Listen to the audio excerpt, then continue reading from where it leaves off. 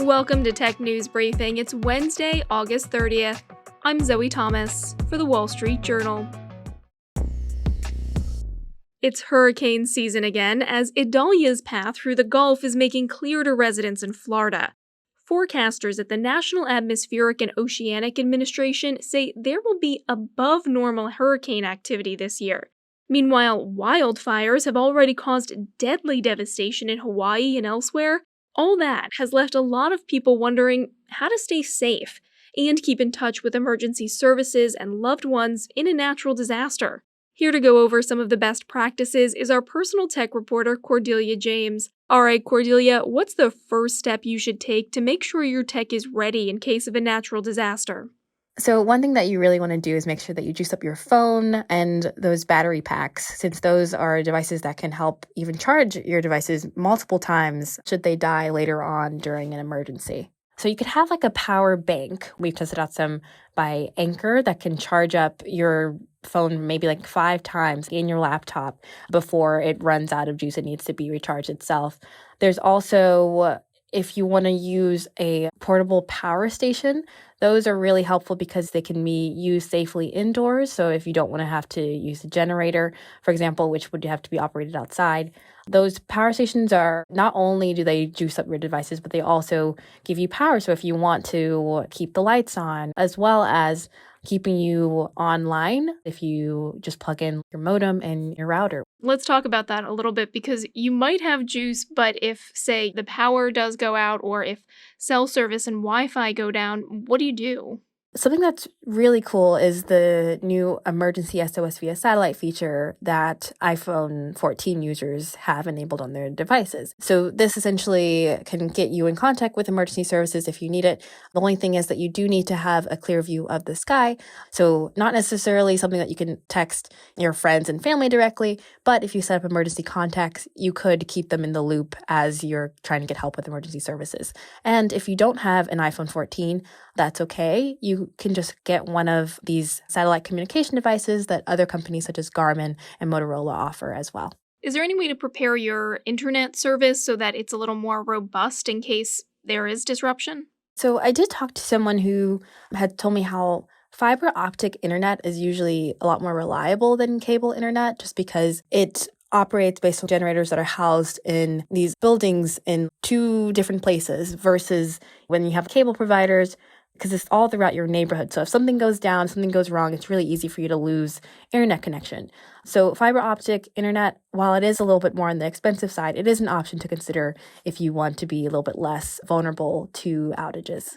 Are there certain apps or programs that you should have on your phone to stay prepared during these events? It depends on what kind of emergency is going on, right? But you want to make sure that you have alerts turned on. It should be on default in your phone. The National Weather Service and FEMA can send wireless emergency alerts directly to your smartphone.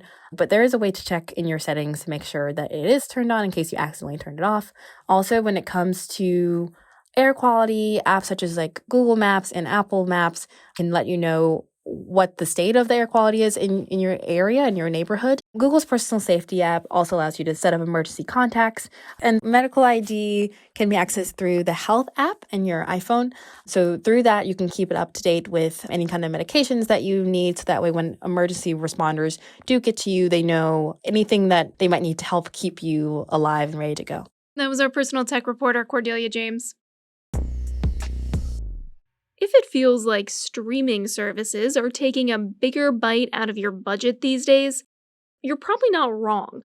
But fair warning, it could get even worse.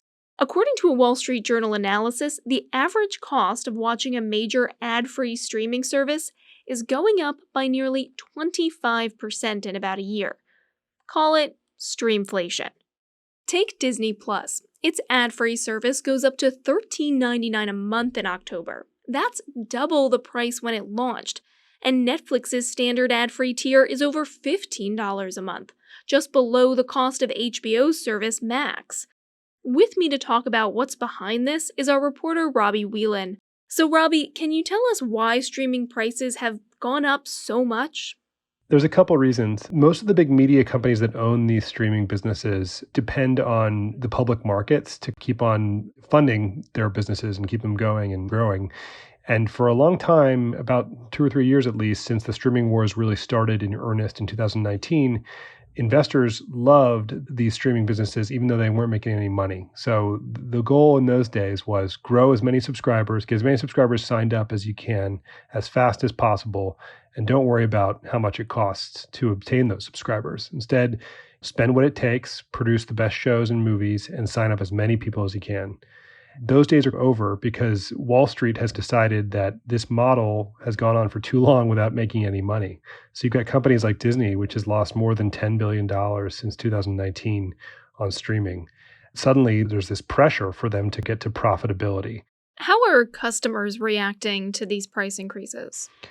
They're less hostile to them than you might think. Part of that has to do with the fact that a lot of customers for many years got used to paying a lot more for a cable bundle. So if you're the type of person who paid $100 or $110 a month to watch all the channels you needed on cable, what streaming offers, even if you get the highest price packages, which run in the neighborhood of around $20 or $25 a month, it still is a pittance compared to what you were paying for cable. So what we saw when Disney raised prices last year in December, the company says that 94% of their subscribers either paid the higher price or remained with the company at a lower price point. And that's really remarkable. It showed them that they had a lot of room to continue raising prices. And that's exactly what they did last month. So we're not seeing customers maybe use this for a month and then change their mind and cancel it and then go to another service, maybe come back later when there's a new show.